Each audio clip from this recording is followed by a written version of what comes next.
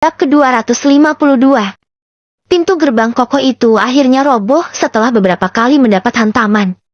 Joe segera turun dari mobil. Ia sempat melirik bagian depan mobilnya yang mengalami kerusakan parah. Beruntung akal sehat lelaki itu masih bekerja dengan baik di tengah rasa panik. Merogoh saku jaket dan mengeluarkan ponsel. Ia segera menghubungi Bara. Tak perlu menunggu lama. Panggilan sudah terhubung. Aku sudah menemukan mobil yang membawa Iren di salah satu villa orang tuanya Bayu. Cepat hubungi polisi. Ucap Joe sesaat setelah panggilan terhubung. Kirimkan lokasinya. Aku akan menyusul. Balas Bara. Oke. Joe langsung memutus panggilan. Membuka pesan dan mengirimkan lokasi keberadaannya. Sementara Bara yang sedang berada di jalan menepikan mobilnya sejenak. Dalam keadaan panik berusaha untuk tidak bertindak gegabah. Maka ia memilih menghubungi Alfian. Ada kabar apa? Suara Alfian terdengar di ujung telepon. Joe sudah menemukan lokasi mobil yang membawa Iren. Katanya ada di salah satu villa orang tuanya Bayu. Kamu sendiri di mana sekarang? Masih di jalan. Joe memintaku melapor polisi. Cepat susul Joe. Aku yang akan menghubungi polisi dan yang lainnya. Jangan biarkan Joe sendirian di sana. Perintah Alfian. Ia tahu seperti apa Joe jika sudah dalam keadaan sangat marah. Lelaki itu bisa saja hilang kendali dan membunuh Bayu. Tentu saja hal itu bisa membuatnya berurusan dengan hukum. Baik, bos. Balas Bara cepat, lalu memutus panggilan. Ia kirimkan lokasi tadi ke nomor sang bos.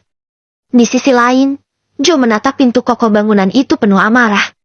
Usaha yang ia lakukan untuk membuka pintu gagal dan hanya menguras tenaga. Ia memilih berjalan ke bagian samping villa. Sebuah jendela kaca besar ia pecahkan dengan satu kali tendangan. Gulita membalut seluruh ruangan. Sebab tak ada satupun lampu yang menyala. Joe hanya mengandalkan lampu dari ponselnya hingga menemukan beberapa sakelar untuk menyalakan lampu. Iren! Kamu di dalam sana? Ia berteriak memanggil. Namun, tak ada sahutan sama sekali. Kakinya melangkah menyusuri ruangan demi ruangan. Villa mewah dan luas berlantai 3 itu terdapat banyak kamar. Entah di kamar mana Bayu menyekap Iren. Joe tak dapat menebak. Memeriksa satu persatu kamar pun rasanya akan memakan waktu dan ia khawatir sesuatu yang buruk akan terjadi terhadap sang istri. Sayang, kamu bisa dengar aku? Joe meninggikan suara. Berharap Iren akan mendengar. Dalam hitungan detik mata lelaki itu kembali menyala saat sayup-sayup pendengarannya menangkap suara isak tangis yang berasal dari sebuah lorong berisi beberapa kamar. Joe melangkah cepat dan membuka satu persatu pintu untuk memeriksa. Suara tangisan Iren terdengar semakin dekat, membuat Joe semakin frustrasi dan marah. Sebuah kamar yang berada paling ujung berhasil mengalihkan perhatian Joe. Pikiran buruk mulai memenuhi benaknya. Jika Bayu sampai berani melakukan sesuatu yang buruk, ia mungkin akan berakhir di tangan Joe malam ini. Hanya dengan sekali tendangan keras, Joe sudah berhasil membuat pintu kamar itu terbuka lebar. Pemandangan yang tersaji di dalam kamar pun membuat amarah Joe semakin tak terkendali. Bayu tengah berada di atas ranjang dengan bertelanjang dada sambil berusaha membuka pakaian Iren. Bangsat! Jangan sentuh istriku! Joe melesat cepat menarik bahu lelaki itu hingga terhempas ke lantai. Gerakan Joe yang super cepat membuat Bayu tak memiliki celah untuk menghindar, saat kepalan tinju Joe menghantam wajah dan tubuhnya berulang-ulang. Seakan tak ada ampun bagi kelancangan Bayu karena berani menyentuh Iren.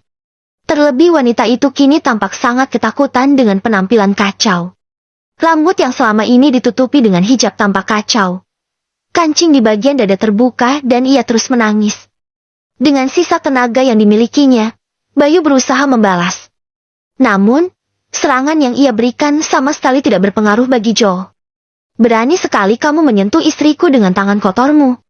Lagi, kepalan tinju Joe mendarat mulus ke tulang rahang Bayu, yang membuat sudut bibir dan hidungnya melelehkan cairan merah segar. Aku tidak akan membiarkanmu keluar dari tempat ini dalam keadaan hidup. Bisikan Joe terdengar sangat mengerikan di telinga Bayu. Sorot tajam penuh amarah itu tampak memerah dengan rahang mengetat. Lepaskan aku. Apa yang kamu sukai dari dia? Dia hanya wanita bekasku. Kalimat penuh hinaan yang baru saja lolos dari bibir Bayu itu seperti mampu menghilangkan sisi manusia Joe. Tak peduli. Ia menghantam tubuh itu hingga ambruk ke lantai dalam keadaan tak berdaya. Joe mendekat, meletakkan satu kakinya di dada Bayu dan menekan, hingga Bayu menjerit pilu. Erangannya bahkan tak membuat Joe merasa iba. Namun, isak tangis penuh ketakutan yang berasal dari sudut ruangan segera menyadarkannya. Joe menoleh sejenak, menarik napas dalam-dalam untuk mengurai amarah yang sedang menguasai akal sehatnya. Astagfirullah. Ia bergumam pelan sambil memindahkan kakinya dari dada Bayu. Melirik sang istri yang terduduk di sudut ruangan sambil memeluk lutut. Joe segera mendekat dan berjongkok di hadapan wanita itu. Sayang, sini. Ia berbisik sambil merengkuh tubuh lemah itu. Mendekapnya sangat erat. Jangan takut, kamu sudah aman. Tak ada sahutan dari Irene, yang terdengar hanya isak tangis.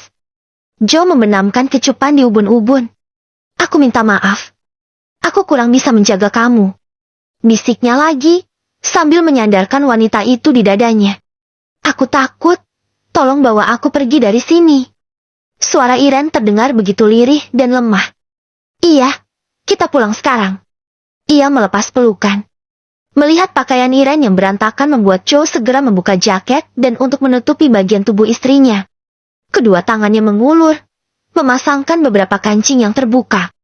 Pandangan Joe kemudian berotasi ke setiap sudut, hingga menemukan hijab milik istrinya yang berada di sudut ruangan. Rasanya ia benar-benar marah. Aurat istrinya yang seharusnya hanya terlihat olehnya malah dibuka dengan lancang oleh Bayu. Ini ya, vilanya. Gumam Bara saat telah tiba di depan sebuah bangunan besar. Ia melirik ponsel demi memastikan dirinya tidak salah alamat. Benar. Ia melajukan mobil hingga berada tepat di gerbang utama. Mata Bara membulat penuh saat melihat mobil milik Joe berada di depan gerbang dalam keadaan rusak parah. Ya ampun, kenapa ini mobil? Melihat keadaan gerbang dan juga mobil, Bara menebak bahwa Joe sengaja menabrakkan mobilnya untuk bisa masuk ke villa itu. Tidak mungkin ia memanjat dengan tombak gerbang melengkung keluar. Maka merobohkan gerbang adalah satu-satunya cara. Ketika hendak turun, perhatian Bara tertuju pada kaca spion. Terlihat dua ujung kepala kecil dari sana, yang membuatnya segera menoleh. Kalian ngapain di sini? Teriaknya marah. Dua anak lelaki yang bersembunyi di belakang itu menampakkan diri, dengan raut wajah tanpa dosa. Kita mau bantuin Om Bro nangkap penjahat. Jawab Boy penuh semangat. Ia tunjukkan senjata andalan berupa pistol mainan dan borgol. Anak lelaki itu bahkan sudah mengenakan seragam khas polisi miliknya. Bara menepuk jidat. Seketika frustrasi dan kehilangan akal sehat. Ya ampun, bro. Ini bukan kerjaan anak kecil. Kamu tahu, ini situasi berbahaya. Bisa-bisanya kalian berdua ikut. Omel Bara panjang lebar. Tak tahu bagaimana si licik boy bisa menyusup ke dalam mobilnya tanpa disadari oleh siapapun. Raffi mau tolong ibu sama ayah? Om. Raffi berucap lirih. Matanya melirik ke arah mobil ayah Joe yang sudah tampak rusak parah. Ia mulai takut terjadi sesuatu yang buruk terhadap ayah ataupun ibunya. Benar, Om Bro. Kasihan Raffi. Iya, Om tahu. Tapi kita bukan lagi main polisi-polisian. Lagi, Bara menjerit frustasi. Om mau turun dulu. Jangan ikut masuk. Kalian di mobil aja. Boy, awas kalau kamu nyusul. Tetap di sini jagain Raffi. Iya, Om. Bau pasrah. Ini adalah pertama kali Om Bro memarahinya dengan keras. Sementara Bara membuka pintu mobil dan membanting keras. Seolah menunjukkan bahwa ia benar-benar marah. Lelaki itu mengeluarkan ponsel dan menghubungi sang bos. Namun, tak ada jawaban sama sekali. Maka ia memilih mengirimkan pesan kepada beberapa anak buahnya yang sudah mengarah ke villa agar lebih cepat. Sementara di dalam kamar, keadaan Irene mulai tenang dan tidak segemetar tadi. Joe hendak menggendong tubuhnya. Namun, tiba-tiba saja ia merasakan hantaman luar biasa pada punggung lehernya. Tubuh besar itu tersungkur, dengan Irene yang berada dalam pelukannya. Dengan kesadaran yang masih utuh berusaha melindungi sang istri. Kamu akan mati di tanganku, sopir sialan. Ujar Bayu sambil melesatkan belati ke arah dada lelaki itu. Ayah awas. Dalam hitungan detik, Bola mata Bayu membeliak saat melihat cairan merah segar menempel di ujung pisau.